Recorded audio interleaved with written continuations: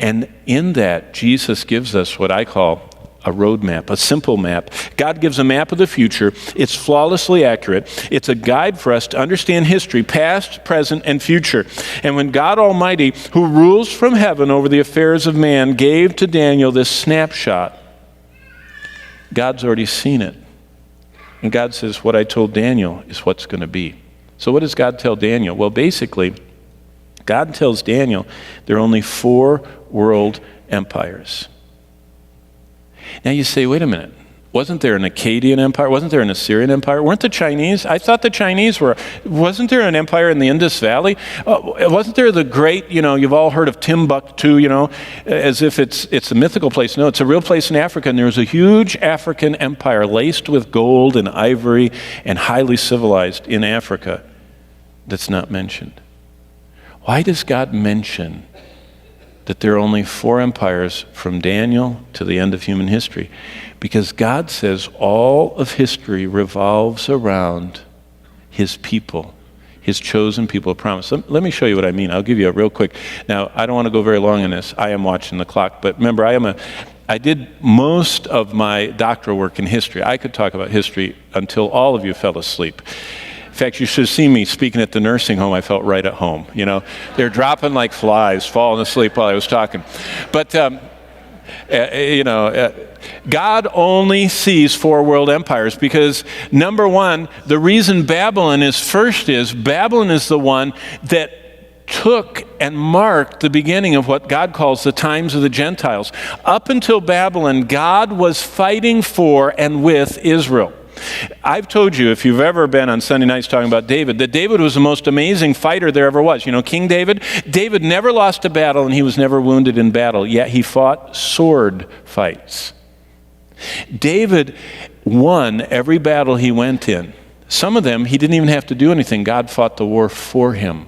Like when the sound came in the trees and all the Philistines were scared to death and left all their images behind and David burned them up. God said, if you will do what I say, you'll never lose a battle. And the Israelites never lost anybody in the conquest of Canaan unless they were disobedient. They could go to war and you could send your sons to Afghanistan and Iraq and nobody got injured or killed. How would you, war's nice that way, if only the bad guys get it. That's what God said. If you will obey me. But Babylon was God's instrument that wiped out Israel because they wouldn't obey him. And when Babylon became an empire, what the Bible calls the times of the Gentiles, that's a biblical expression, began. This is when God says, okay, I am stopping my work with my chosen people of promise, the Jews. I am temporarily setting them aside. I'm letting them become the wandering Jews. And they're going to live in every country of the world. They're never going to find a home. They're going to be persecuted. They're going to be troubled. They're going to wake up in the morning, wish it was night. At night, they wish it was morning, because they're going to be always pogromed and holocausted until the end. And I just gave you Jewish history, only they put a lot more detail in. That's why this is the first empire, because this is the empire God said starts the times of the Gentiles.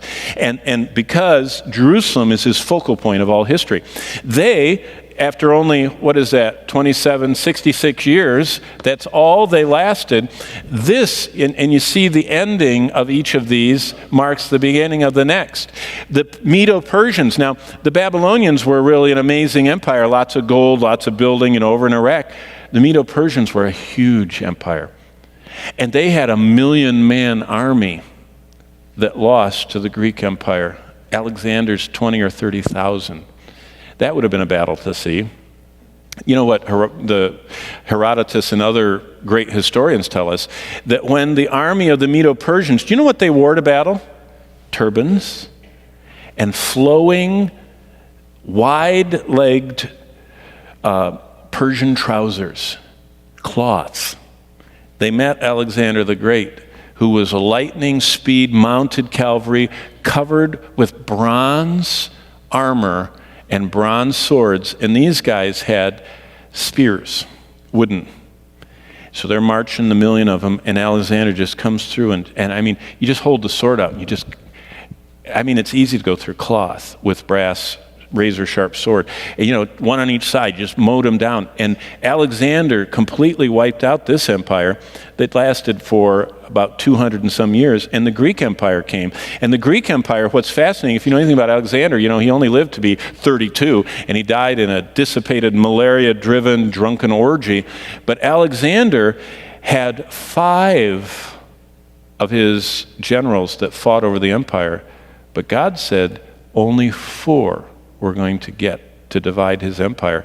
And you know what? If that 5th one would have won out, the word of God would have been wrong. But God already has seen and decreed. And so Alexander's empire ended in 63. If you remember when Pompey, you all knew Pompey, didn't you? The Roman victorious general wiped out the Greek army. That started what is in history the beginning of the Roman Empire. Now notice this, that the metals get increasingly stronger but cheaper. Gold is most malleable. You can bite it, on westerns. Silver is stronger. Bronze is hard. Iron breaks bronze. Bronze can cut silver. Silver is stronger than gold. But look at these empires. But when did Rome end? See, a lot of people don't pay attention to history. Classic history tells us in 476 AD. No, Rome didn't end. It's just the person sitting on the throne of the king of Rome was a pagan. One of the, remember there were the Vandals and the Huns and the Goths and the Visigoths and the Ostrogoths and the Gothgoths, There were all these pagan Germanic tribes that came down, and basically Rome was living, the Romans were just drinking and carrying on and having night and day parties, and they killed the king, and one of the Vandals, one of the pagans became the head of Rome. So Rome didn't end. In fact, remember in the statue that God gives, there are 2 legs to the statue. And if you remember, this is the Roman Empire. I'm not a good artist. My dad was an artist. I'm not an artist. But this 2 legs of iron, there was an Eastern Empire and a Western Empire of Rome. And the Western, I mean, Rome, the 476 was the Western, which kind of dissipated in 476, but Constantinople, while Christopher Columbus was working on his plans to come and find us, or the New World, there was still a Roman Empire in Constantinople.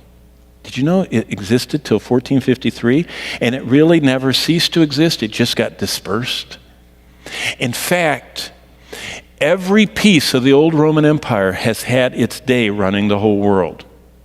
The Spanish, with all their colonies, the Germans with the Holy Roman Empire, and of course, all the Napoleon with France, they all conquered. The greatest of all was Britain, one of the furthest parts of the Roman Empire. Britain ruled the largest empire the world's ever had, but no one has ever been able to unite the whole thing.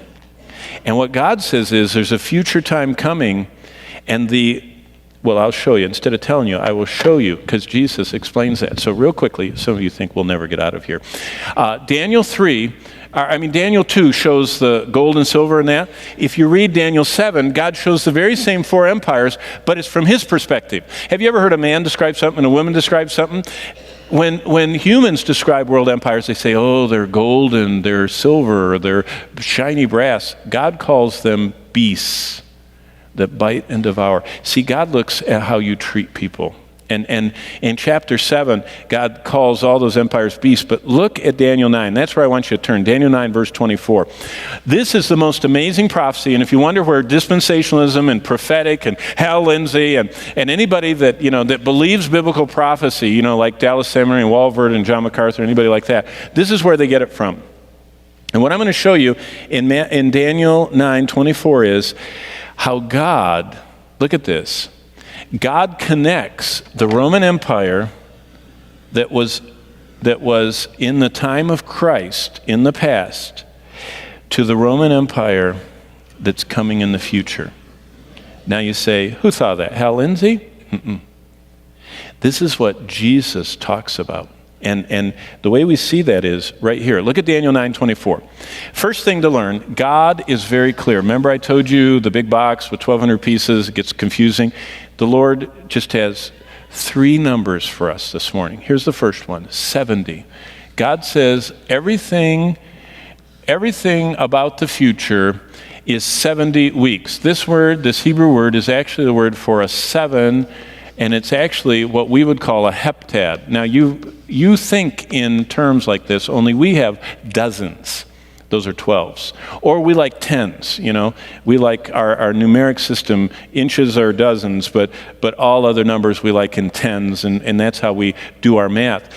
The Jewish mind, God communicates in sevens. You said he does? Yeah. 7 fat cows, 7 skinny cows, 7 lean years, 7 fat years. Remember all the stuff with Joseph's dream. Then we get to the descriptions of the Jewish calendar. They had 7 days in a week. And when you had 7 or 6 years, the 7th year was a Sabbath year. And all of this calendar of Israel, including the Jubilee year and everything else, was all heptadic. That's in sevens. So think about what this says. 70 weeks. 70 weeks. So 52 weeks are in a year, so you have 70. And so you have approximately 18 weeks left. That's an 18. It won't do it. There we go. Well, it is kind of an 18. So we're talking about 1 year and a third of a year. Okay, let's see if that works. 1 year and a third of a year are determined for your people, that's the Jews, and for your holy city, that's Jerusalem. Remember, who is he talking to? He's talking to Daniel. Daniel's people were the Jews. His holy city that he turned and opened his window to was Jerusalem. So we're talking about the Jews in Jerusalem, and it says 70 weeks are determined to do all this stuff. And he continues and he says, know therefore, from the command to restore and build Jerusalem until Messiah the Prince, that's Jesus Christ, will be 7 weeks and 62 weeks. Back to our simple numbers. I told you there's only 4 of them. 70 weeks, and he says, will be 7 and 62. Now, does 70 equal 7 plus 62? Yes or no? What's missing? Okay, now let me show you, because right there is why Calvary Bible Church is a dispensational church, which means we believe what the Bible says. Look at this. From the command to restore and build Jerusalem. What is that? That's Nehemiah chapter 2, verses 1 through 8.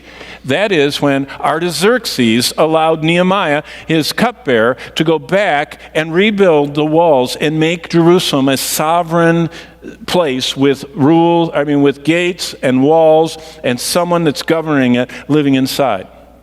It hadn't been that way. But that command actually happened. If you can even look it up on, the most unreliable source of all, Wikipedia, and it'll tell you that it's 445 or 444 BC. And like a broken clock, it's right, twice a day, And so that occurred in 445 BC. Until Messiah the Prince, there shall be 7 weeks and 62 weeks. So God says there are 70 somethings. Well, 445 BC, when was Jesus crucified? Well, either, depending on, if you listen to Chuck Swindoll or Dallas Seminary or John MacArthur or whoever, it's somewhere between 30 and 33 AD. And that's because of the lunar, Passover, it's a lunar calendar, and to have Friday be the day he's crucified, you have to look for when that would be. And because of that, 30 or 33 AD is the common conservative view. 445 BC, so you have 445 years, you get 30 more. Wow. That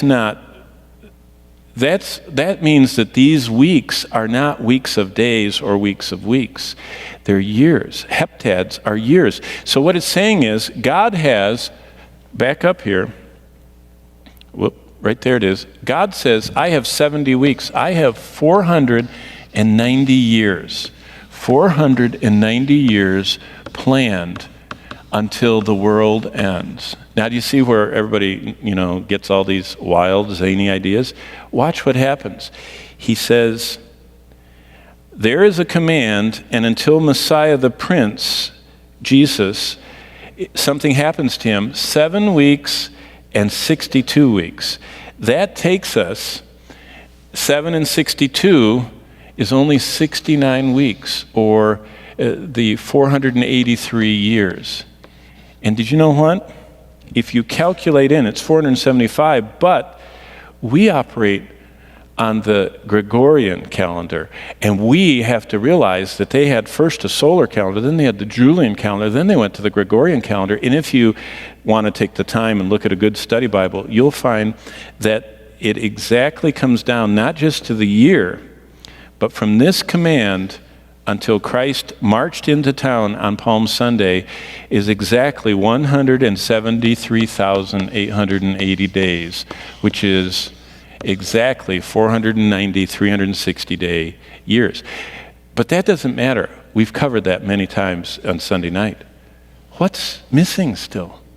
One. Now watch what the rest of this says. And after the 62 weeks, Messiah shall be cut off. So if you had the other verse, it's 7 and 62. So after 69 weeks, 483 years, Messiah will be cut off. What's that? It's the crucifixion.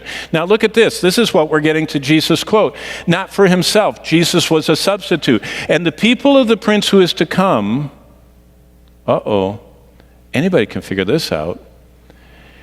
The people that destroyed Jerusalem and the temple, who was that in AD 70? Who killed 1.1 million Jews? And who leveled the city of Jerusalem? And who quelled the Jewish revolt?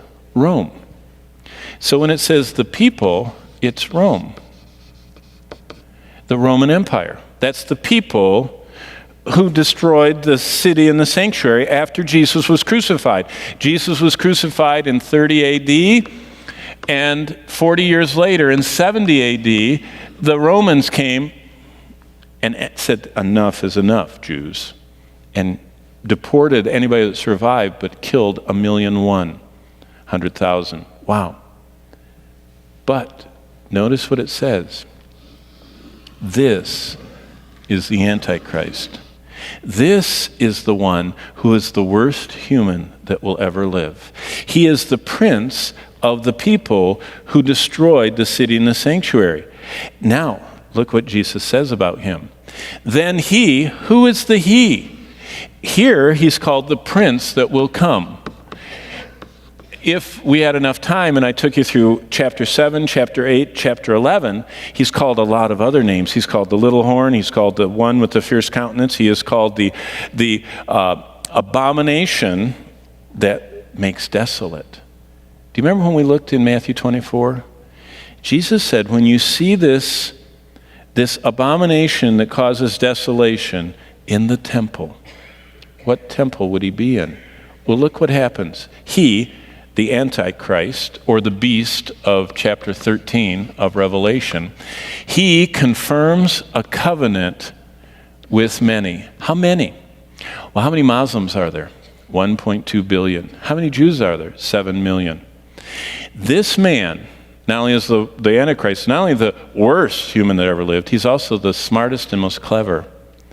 And you know what he gets? He gets the 1.2 billion Muslims to shake hands with Israel. And they say, you can build that temple you always wanted up there in Jerusalem. You can build it. Not just that. He allows them to sacrifice and offer to God. Do you want to know what would cause World War III today? If you got the Jews up by the Dome of the Rock, slitting some lamb's throat and burning it, all Muslim hell would break loose for that. This man, he makes a peace covenant with Israel and the world. How does he make it? He is the prince who is to come of the Roman. This is where, if you've ever heard of the revived Roman Empire, the dispensationalists didn't think of it. God says it. But what is it? Well, there are 70 weeks. 7 of them are gone. 62 of them are gone. You already did the math. 1 of them is left. A week of years is 7 years. How long is the tribulation? Say it out loud. 7 years. Look what it says here. It says, in the middle of the week. What is that? That's why, if you read the book of Revelation, it says 42 months. What's 42 months? 42 months is 3.5 years. What is that? It's 1,260 days. What is that? It's from the middle to the end of 7 years. What is the 7 years? It's the 70 weeks God has planned for his people, minus the 69 that are already accomplished that ended at the cross, meaning there's 1 week of human history, 7 years left on the clock. But it's an indeterminate time. Between the cross in AD 30 and today, the Lord has allowed us in the church to thrive, to go to every kingdom and tongue and tribe and nation and share the gospel. But there's a moment coming when God is going to call back every demon that's out in the universe and the devil himself and confine all of them to planet Earth. That period of time is 1 week or 7 years long. And for the first 3.5, this guy is doing this. He's making everybody happy. He's using the NSA records, and you got to worship, or whatever he uses, to make sure no one can buy or sell. And he's putting himself up as the global peacemaker. He gets the Jews sacrificing in Jerusalem, but he breaks his word in the middle and turns on the Jews. And that is the 7-year tribulation, the second half, which is horrific, which culminates with the abomination which makes desolation.